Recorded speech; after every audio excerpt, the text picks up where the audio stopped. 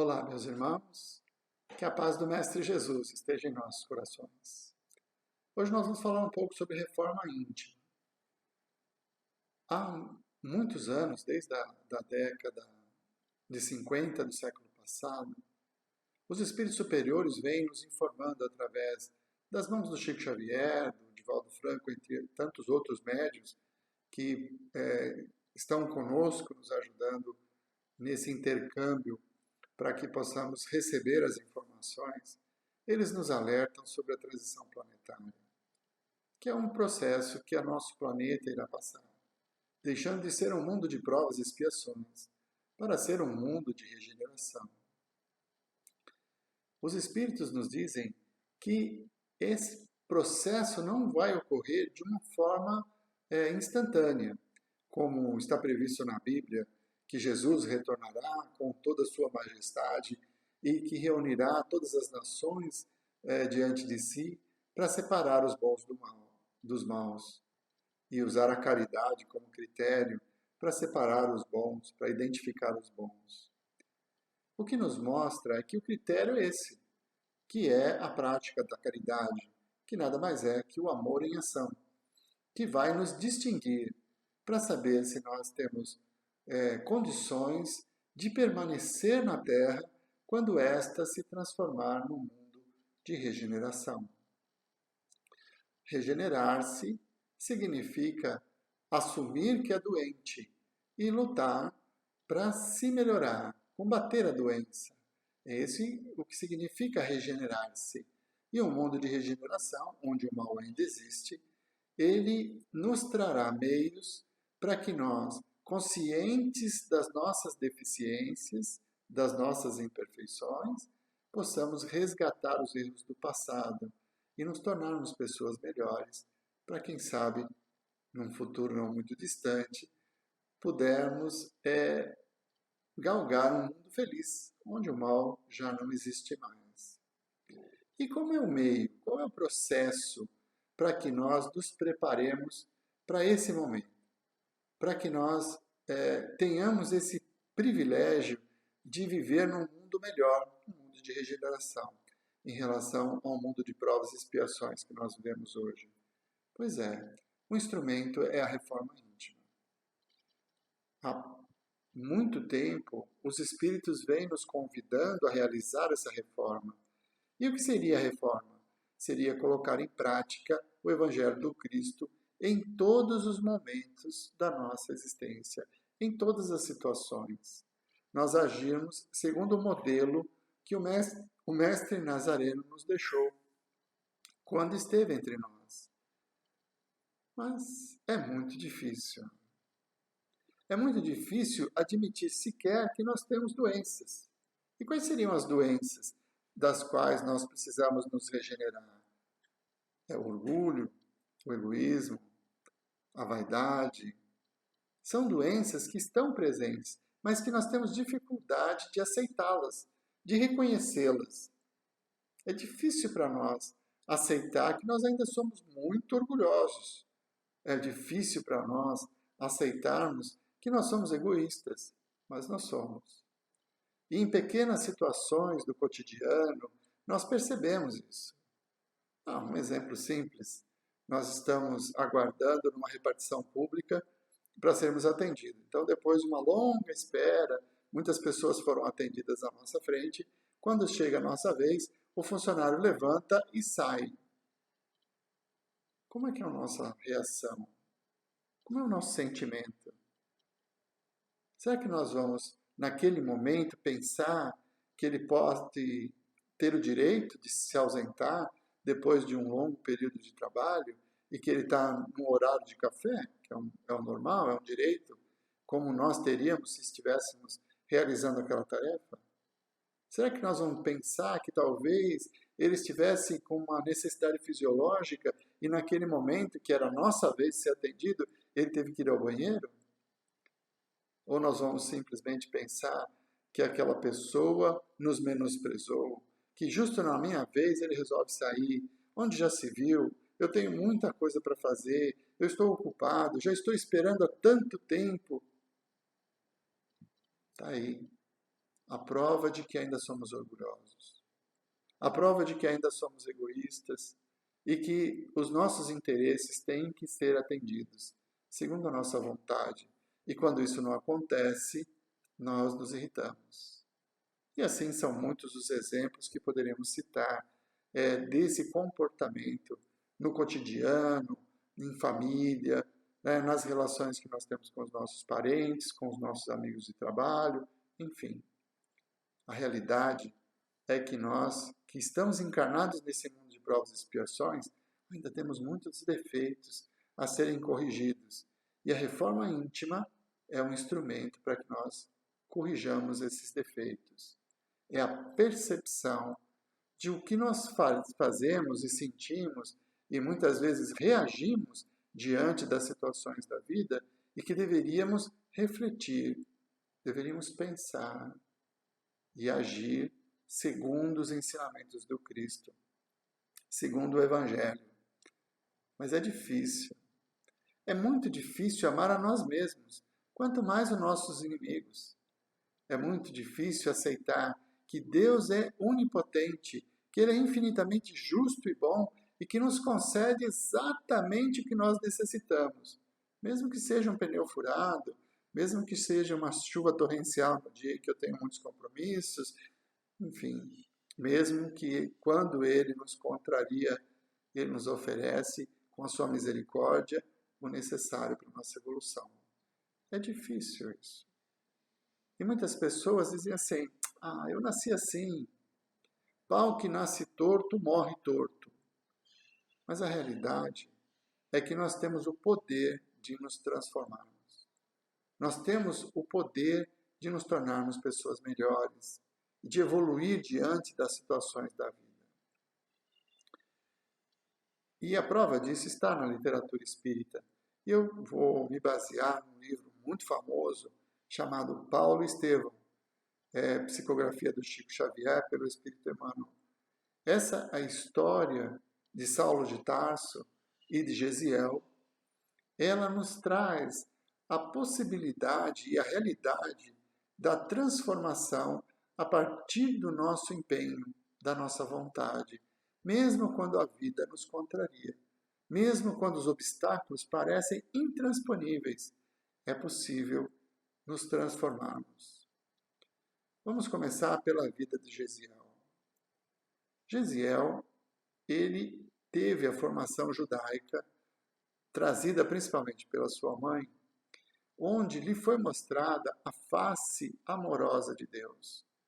Ele adorava os salmos e os provérbios, ele adorava quando sua mãe cantava com ele os salmos, ele trazia essa fé inabalável na presença de Deus na nossa vida, na sua onipotência. Quando já adolescente para adulto, Gesiel retornava do trabalho e se deparou com um incêndio de grandes proporções. Muitas pessoas estavam indo apagar esse incêndio e ele voluntariamente vai ao encontro do trabalho e se coloca à disposição e trabalha muito para apagar o incêndio e conter a destruição que aquele incêndio estava realizando. Quando ele chega em casa, ele descobre que quem provocou aquele incêndio foi o seu pai. O incêndio foi numa propriedade de um romano que estava perseguindo seu pai com intenção de tomar-lhe as terras, e que o pai, revoltado, foi e ateou fogo na propriedade alheia.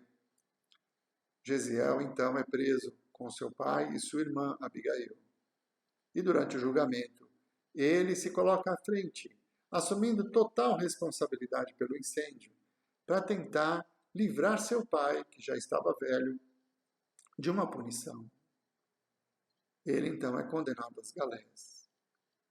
A galé era um tipo de embarcação que era conduzido principalmente por remos, e os escravos é que conduziam esses remos num regime de esforço muito grande, de uma forma desumana. O seu pai, apesar de Gesiel ter assumido a culpa pelo incêndio, ele acaba sendo condenado a receber um certo número de bastonadas. Era uma prática o suplício físico, e ali ele não resiste e desencarna. Então Gesiel é levado como escravo e Abigail fica sozinha. Ao deixar o local do julgamento, Abigail é acolhida por um casal que a adota como filha e a leva para Jerusalém, uma cidade próxima a Jerusalém. E Gesiel vai assumir o seu posto como escravo na galera. O comportamento de Gesiel reflete muito a sua formação religiosa. Ele tem a convicção de que Deus está presente e de que Ele nos provê de tudo o necessário. Essa formação recebida pela sua mãe.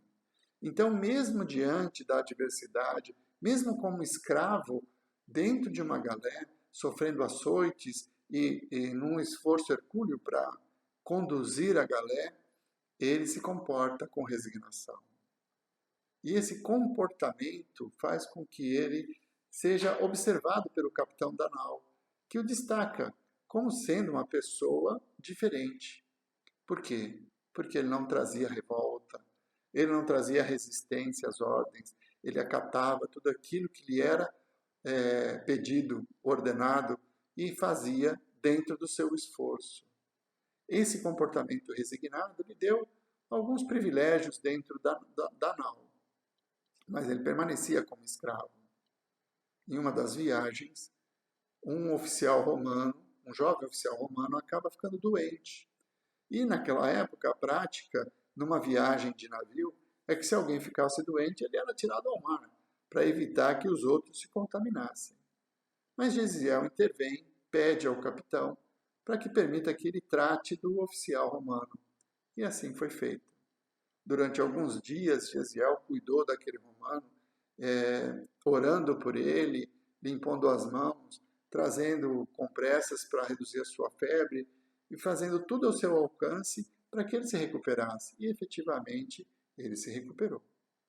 Por gratidão, o oficial romano, que não tinha o poder de cancelar a condenação de Gesiel, combina com o capitão da nau para que eles facilitassem a sua fuga. E a única exigência foi que ele mudasse de nome. Então, a partir dali, Gesiel adota o nome Estevão. E ele foge então do navio, facilitado pelo capitão, a uma cidade próxima a Jerusalém. Os seus primeiros passos de liberdade lhe trazem a satisfação de ter se comportado com resignação, porque ele recebeu como recompensa essa liberdade. O fato dele não se revoltar, dele acatar as ordens, de realizar o seu trabalho e fazê-lo da melhor forma, com esmero, lhe deu essa oportunidade de retomar a própria vida e deixar de ser escravo. Mas ele fica doente, contaminado pela doença do jovem oficial romano. Gesiel também tomba, mas ele encontra um homem bom, um homem que conhecia os caminheiros, os apóstolos do Cristo, que construíram a casa do caminho e que acolhiam os desvalidos, os doentes, os despojados em Jerusalém. Então esse homem conduz Estevão para a casa do caminho e ali ele recebe tratamento, ele encontra a cura dos seus males e também encontra o refrigério para o seu coração quando tem contato com o Evangelho do Cristo. O Evangelho de Jesus, nas mãos de Estevão, é uma luz intensa que o invade plenamente. Não há resistência, não há dúvida, Jesus é o Messias. Estevão tem essa convicção e por isso passa a fazer preleções, levando a boa nova com todo esse entusiasmo, com toda essa fé que ele trazia em seu íntimo, ajudando e trazendo esperança para tantas e tantas pessoas que, de uma forma humilde, estavam sendo acolhidas pela Casa do Caminho. As preleções de Estevão foram tão intensas, tão verdadeiras, que acabaram chamando a atenção do Sinédrio. E é lá no Sinédrio que nós encontramos Saulo de Tarso, o nosso outro personagem que vai servir de exemplo para nós entendermos que somos capazes de realizar essa reforma íntima. Saulo de Tarso, judeu, filho de um importante comerciante judeu, então uma família muito rica. Ele tem uma educação grega, ele fala o grego e conhece toda a filosofia grega. Além disso, ele ainda traz a cidadania romana. Então, esses três fatores, judeu rico, com conhecimento da filosofia grega e a cidadania romana, fazem de Saulo de Tarso uma personalidade especial. E desde a sua infância, ele foi orientado, foi talhado para ser um doutor da lei. O que significa ser um doutor da lei? Eram as pessoas responsáveis por controlar o comportamento social e religioso de toda a sociedade judaica. Era o Sinédrio que julgava as heresias, que julgava as pessoas segundo os seus comportamentos. Inclusive, foi o Sinédrio que julgou Jesus.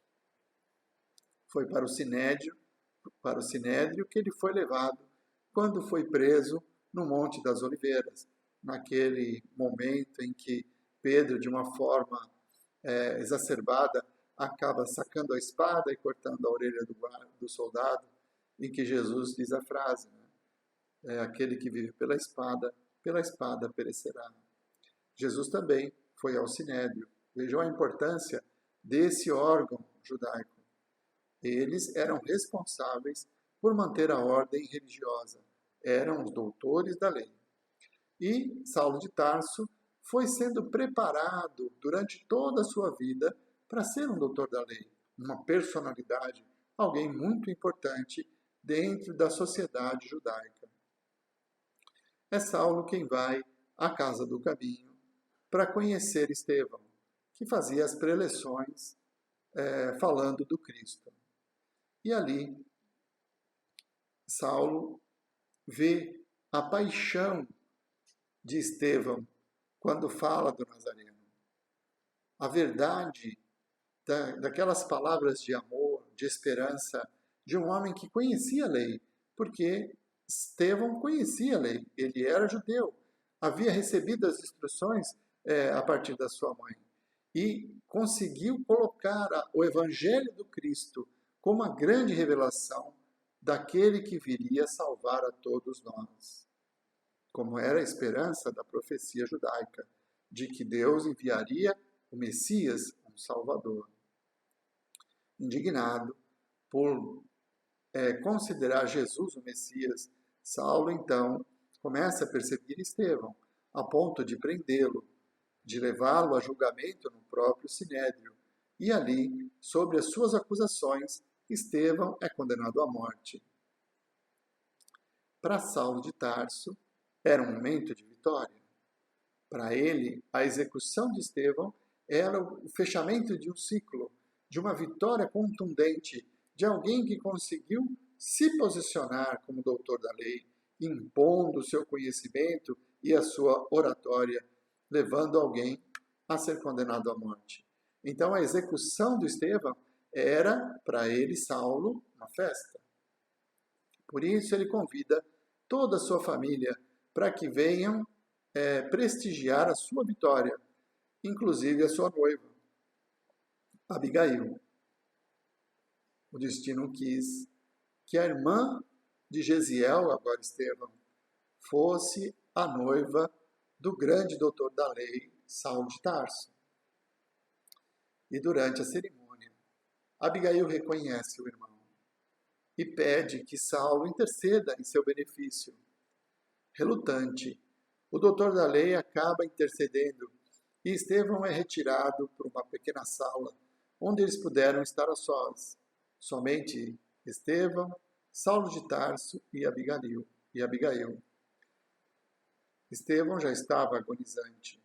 A morte rondava seu corpo. E, se aproximando, Saulo, com o orgulho do judeu, que venceu aquela batalha diante do seu inimigo derrotado, encontra um homem sereno, sem nenhuma revolta. Um homem que olha para sua irmã e demonstra felicidade, porque desde o dia de seu julgamento ele não tinha notícias da irmã. E vê-la saudável e bela lhe trouxe felicidade, mesmo estando agonizante, depois de ter sido apedrejado. Imaginem o que significa ser apedrejado até a morte, a dor lancinante que deve ser esse processo. E Estevão, apesar dessa experiência, estava ali, feliz por ver a irmã bem.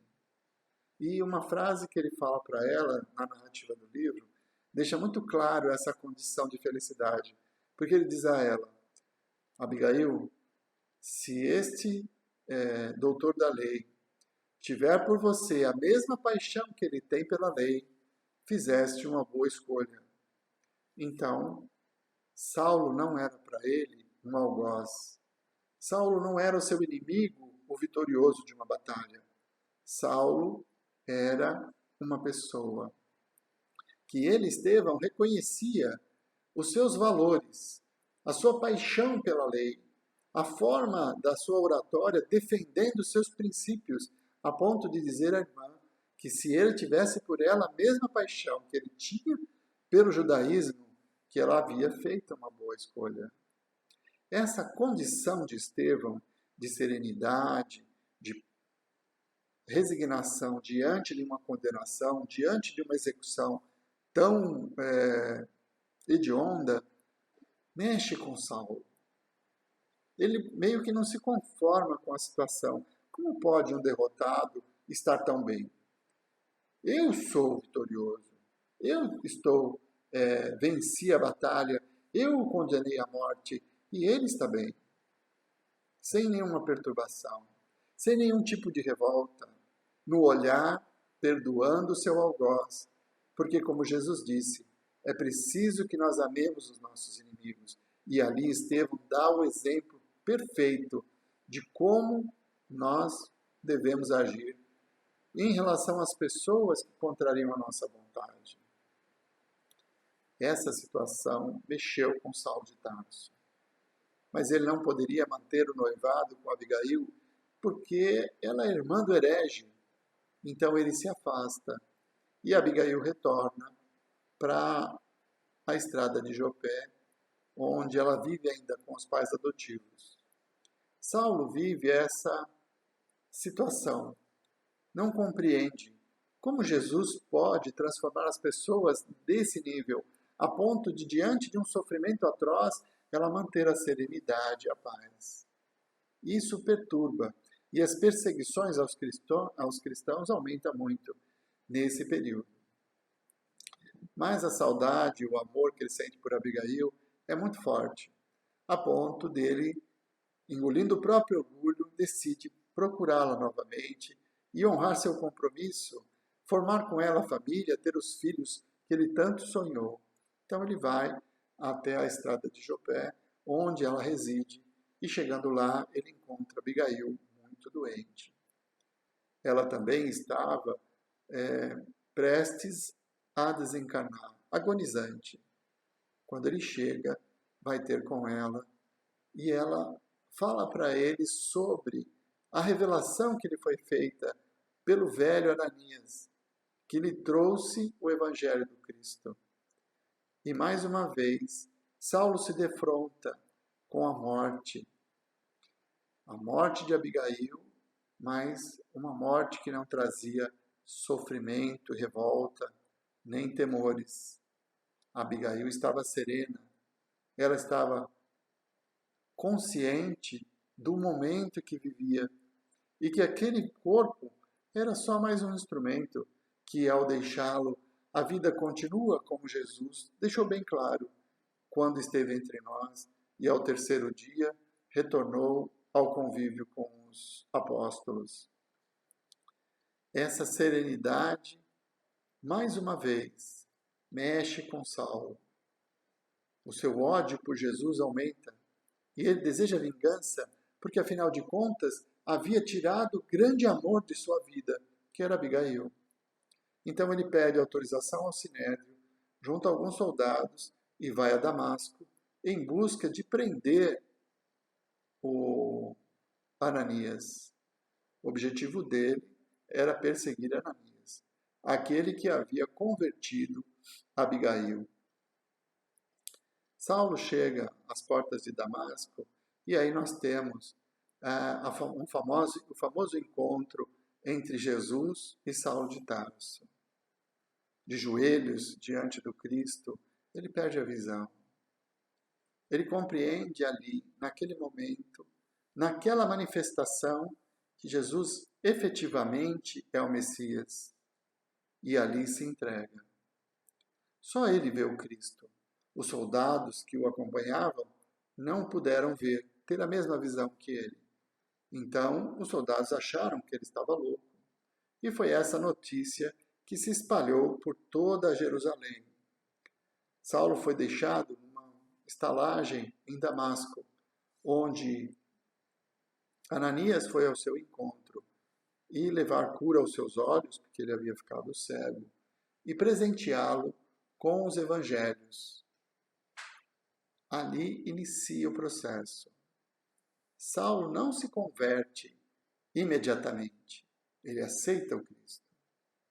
E a dificuldade dele é tamanha que ele, com os evangelhos na mão, se retira para o deserto e passa anos no deserto, numa tenda de artesãos, onde, de uma forma incógnita, sem que as pessoas soubessem quem ele vai estudando o evangelho e tendo contato com uma família que havia sido perseguida em Jerusalém por ordem sua e expulsa de Jerusalém e que estava ali, buscando construir a vida novamente. Depois de alguns anos estudando o Evangelho, Saulo retorna a Damasco com a convicção de que Jesus é o Messias. E orgulhosamente ele vai até a sinagoga.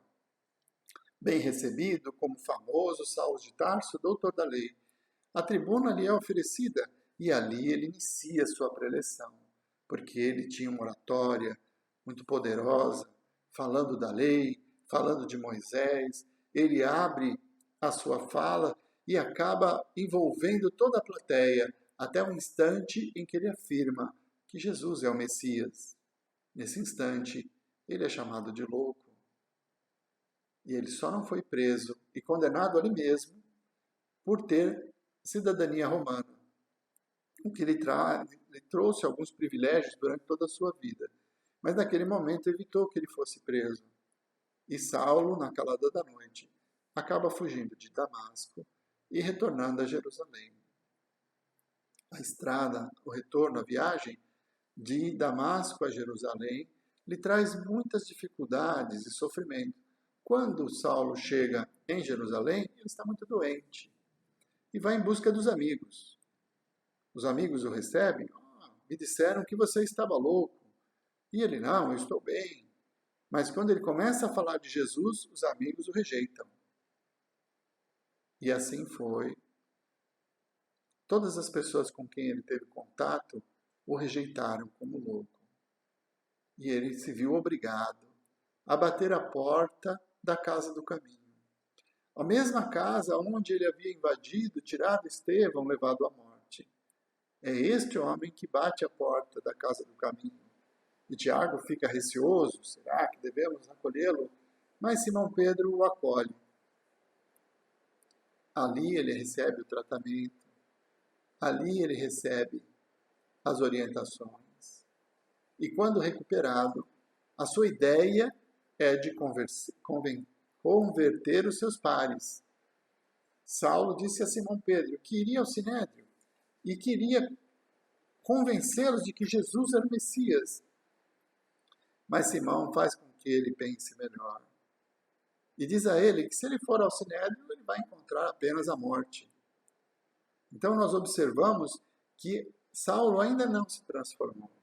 Ele continua sendo aquele mesmo judeu orgulhoso, só que agora defendendo uma nova tese, que era o Evangelho. Ouvindo Simão Pedro, ele, em vez de permanecer em Jerusalém, onde poderia ser preso e perseguido pelo seu comportamento, ele acaba indo para Tarso, sua terra natal, e vai ter com seu pai. Lá, o pai o recebe, mas da mesma forma que os amigos, À medida em que ele se diz cristão, ele é rejeitado. O pai o expulsa da casa, mas antes que ele se afaste, pede a um servo que ofereça a ele uma certa quantidade de dinheiro. Esse dinheiro foi suficiente para que Saulo montasse a sua banca de artesanato na praça e ali desenvolvesse o seu trabalho como artesão e também como pregando o Evangelho do Cristo. É o início do burilamento. O orgulhoso judeu está reduzido a um simples artesão. Já não tem mais as pompas e a importância de ser doutor da lei. Ele agora sofre as consequências de ser um humilde cristão. Aliás, caminheiro, porque essa expressão cristão, ela só surge bem depois, quando foi sugerida a Saulo que modificasse, em vez de chamar homens do caminho, que ele chamasse então os seguidores de Jesus como cristãos. Isso foi sugerido para Saulo por um dos evangelistas que o acompanhavam. Então, observando esse comportamento, é que se adotou o nome cristão. Foi bem depois. Bom, Saulo de Tarso tem inúmeras experiências no convívio ou durante a sua existência para ir convertendo, para realizar a sua reforma íntima. Foram muitos os obstáculos. Uma passagem interessante acontece quando ele retorna com já uma pessoa que o acompanha, um jovem, e que ao chegar em Jerusalém, na casa do caminho, e convida-o para ficar à mesa junto com os demais apóstolos que ali estavam, ele é questionado se o acompanhante é circuncisado. E ele não era. E aí Tiago exige, para que ele seja um de nós, é preciso que ele seja circuncisado. E isso era uma imposição. Saulo se sente contrariado diante da imposição de um ritual judaico, sendo que eles estavam trazendo uma boa nova, trazendo uma vivência diferente do judaísmo tradicional. Então ele tem que enfrentar isso. E para que não houvesse conflitos, ele cede. São os primeiros passos para ele vencer o próprio orgulho. Em uma localidade, a perseguição é tamanha que ele acaba sendo apedrejado. E só não morre pela intercessão de um dos cidadãos, muito forte, que diz para a população: ele já está morto, e o corpo dele é jogado no lixo, para que mais tarde fosse resgatado e recebesse o tratamento adequado para se recuperar. Então, como ele fez apedrejar Estevão, ele também foi apedrejado. A trajetória dele foi de muitas provações e adversidade na vida, e ele foi se transformando. Ele foi retirando aquele judeu orgulhoso, fariseu, doutor da lei, e se transformando num evangelista, num apóstolo dos gentios. Uma outra passagem marcante do livro é um momento em que Saulo está numa determinada cidade e uma guarda romana vem ao seu encontro. Ele já imagina que vai ser preso, que mais uma vez vai receber os açoites. Ele já está até sonhando com o sofrimento pelo qual ele irá passar a partir daquela prisão. Mas não, Saulo é levado até o governante da localidade. E esse governante era o mesmo oficial que anos atrás havia sido curado por Estevão. E ele, reconhecendo na mensagem do Deus único, trazida por Gesiel na época, ele acaba pedindo a Saulo que interceda por ele. E essa foi a primeira cura que Saulo realiza em nome do Cristo. Então, impondo as mãos, Saulo de Tarso cura aquele que agora era o governador daquela província. E em homenagem a ele, é que ele muda de nome. Então ele passa a se chamar Paulo em homenagem ao jovem oficial romano, também de nome Paulo, que havia sido curado por Gesiel e que agora havia sido curado por ele. Então, em homenagem ao próprio Estevão, ele adota o nome Paulo. É a partir daí que ele passa a se chamar Paulo de Tarso. As experiências se sucedem, a ponto dele ser preso mais uma vez em Jerusalém. E ele, por ter a cidadania romana, exige o seu direito de ser condenado ou absolvido, ou melhor, de ser julgado pelo próprio imperador. E ele é levado então a Roma e fica à frente de Nero. A experiência para Saulo, durante todos esses anos de pregação, da construção das diversas localidades onde os núcleos cristãos foram sendo formados, e ele foi responsável por levar e manter vivo o Evangelho em toda a Europa, em todo o mundo ocidental, digamos assim. Todo esse trabalho transformou Saulo numa pessoa melhor. Já não havia mais o orgulhoso judeu. Como ele mesmo disse, já não sou mais eu quem vivo, mas o Cristo que vive em mim. Depois de ter com o imperador romano, ele é condenado à morte. Mas para que não virasse um Marte, ele é conduzido por oficiais romanos às cercanias de Roma, onde será executado. E naquele momento, ele olha para o oficial que hesita diante daquele homem que havia feito tanto bem, inclusive na prisão onde ele se encontrava em Roma, havia curado pessoas e trazido a palavra de incentivo, de esperança. Então, o oficial romano que é responsável pela sua execução, ele se detém. Mas Paulo olha para ele e diz: faça o seu trabalho, porque eu já fiz o meu.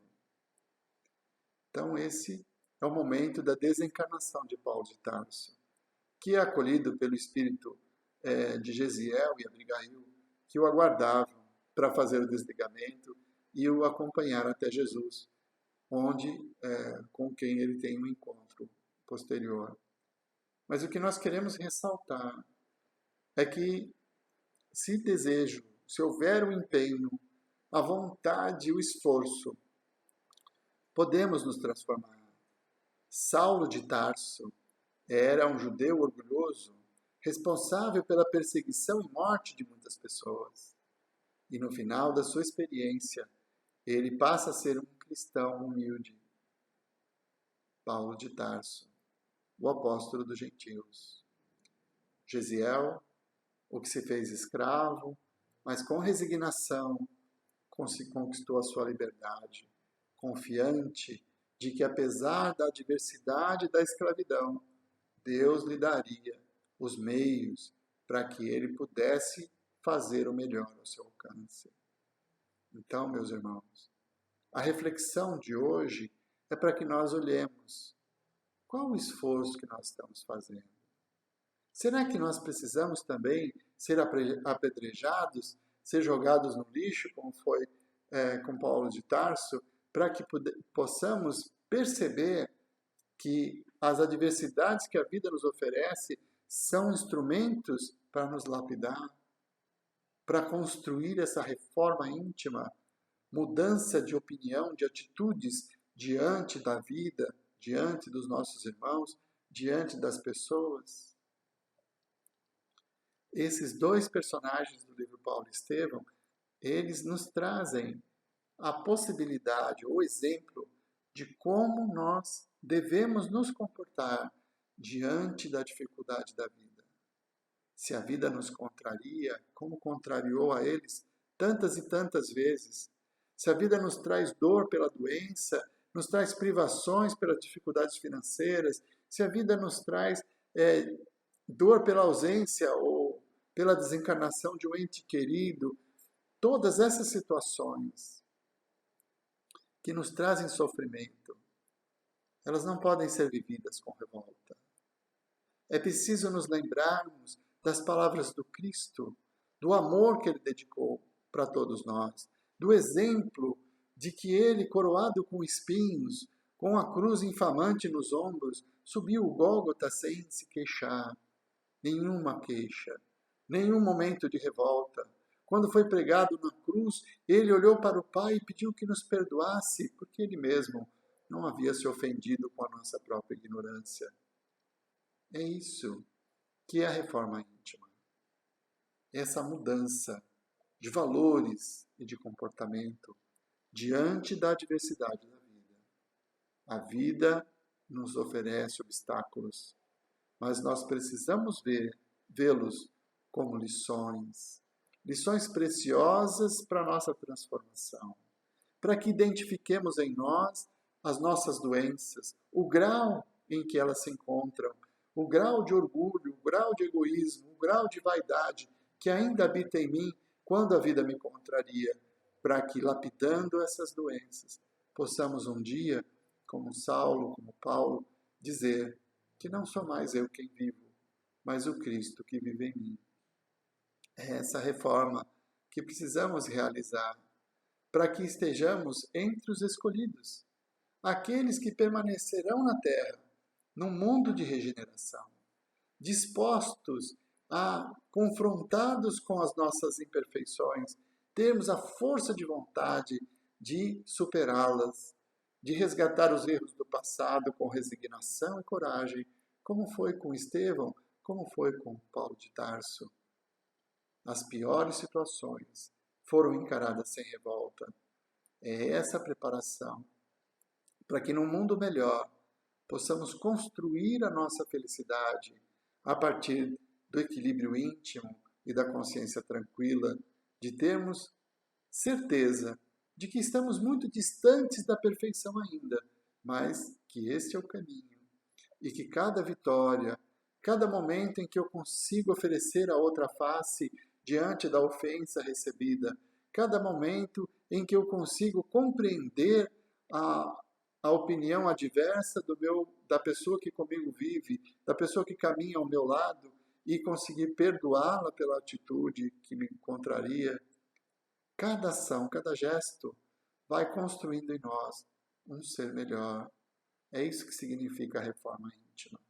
É colocar o Evangelho em prática diante das situações que a vida nos oferece.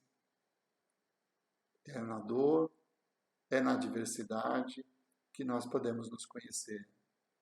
É preciso que consigamos vencer o homem velho e ir nos transformando gradativamente, para que no momento em que houver essa separação, não estejamos entre aqueles que serão exilados da terra, como aconteceu há muitos milênios com os capelinos, que foram expulsos da sua terra natal e trazidos para habitar no mundo primitivo, que era o nosso planeta na época, para servir para nós de professores, mas para que as experiências vividas fizessem com que eles encontrassem o caminho da humildade e do amor, que é a lei maior.